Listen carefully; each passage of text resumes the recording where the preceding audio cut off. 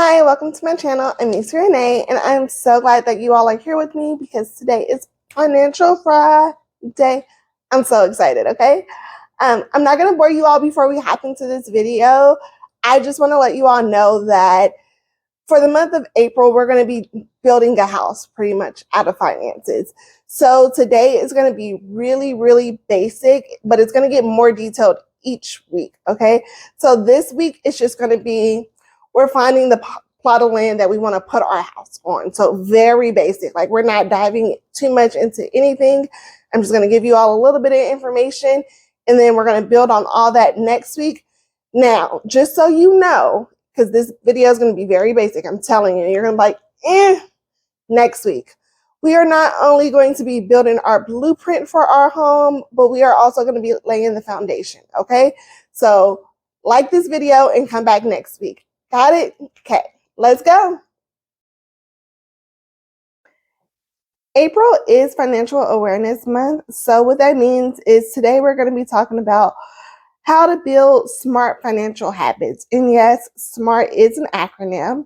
SMART stands for specific, measurable, achievable, relevant, and time-bound goals.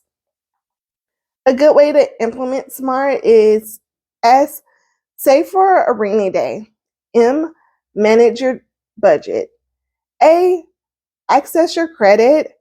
R, reduce your debt. And T, track your purchases.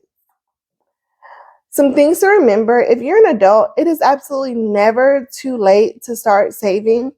And if you're a parent or a caregiver, teacher, or just spend any time around children, remember it is never too early to start saving and to learn good saving habits or just good financial habits in general.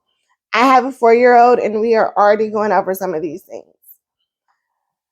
Some best practices would be: 1, know your timeline. So if you know that in 6 months you want to go on vacation, that's your timeline. 2, know how much you can afford to save and be realistic about this. So if you're looking at $6,000 trips in 6 months and you know you're only able to save $100 a month, don't do that to yourself because you're just going to be disappointed because you can't save that $6,000. So look at things that's in your realm pretty much.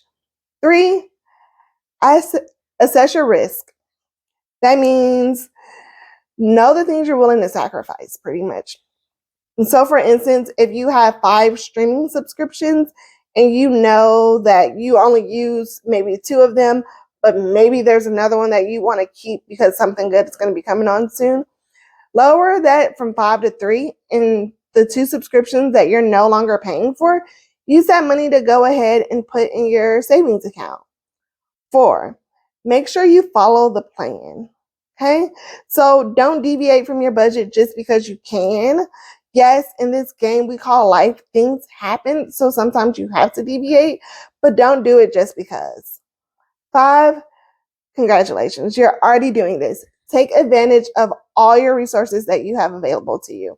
If you're watching this video, I am a resource that's available to you. You are already doing that. You can also read books about finances and savings and budgeting. You can watch other people that you trust on YouTube. You can do some Googling and research of your own. There's so many options out there for you. You just have to be willing to put in the work to do it. Some best practices, and lastly, some tips. Pay yourself first.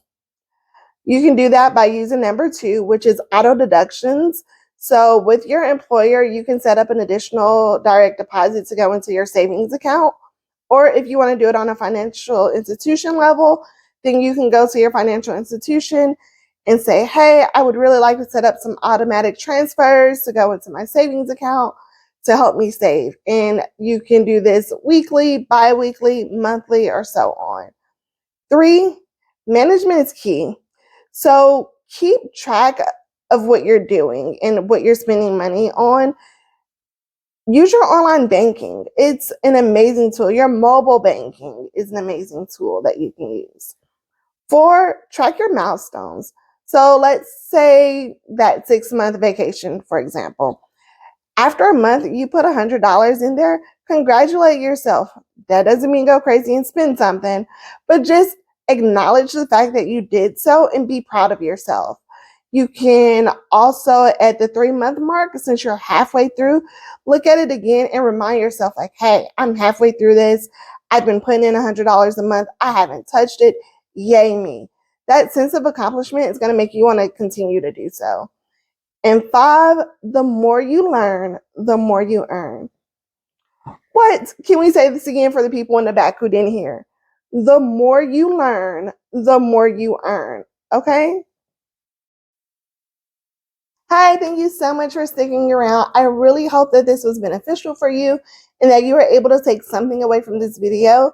Keep in mind that I am going to be doing Financial Fridays every Friday this month. So for the entire month of April. And keep in mind that we're building a house out of our finances. So today, the only thing we did was we found a plot of land that we wanted. We didn't even buy the plot of land. We didn't put an offer down on it. No anything, okay? So this is just a pure basic. But next week, we are going to be actually purchasing that plot of land. We're going to be doing our blueprints for our home. And we're also going to be putting in some foundation for our house. So please subscribe to this video or subscribe to my channel and come back and watch next week's video as well. There's going to be so much more information next week. And yes, this video was kind of short, but next week, guys, it's going to be in depth and it's going to be so beneficial, I promise you. But thank you for watching.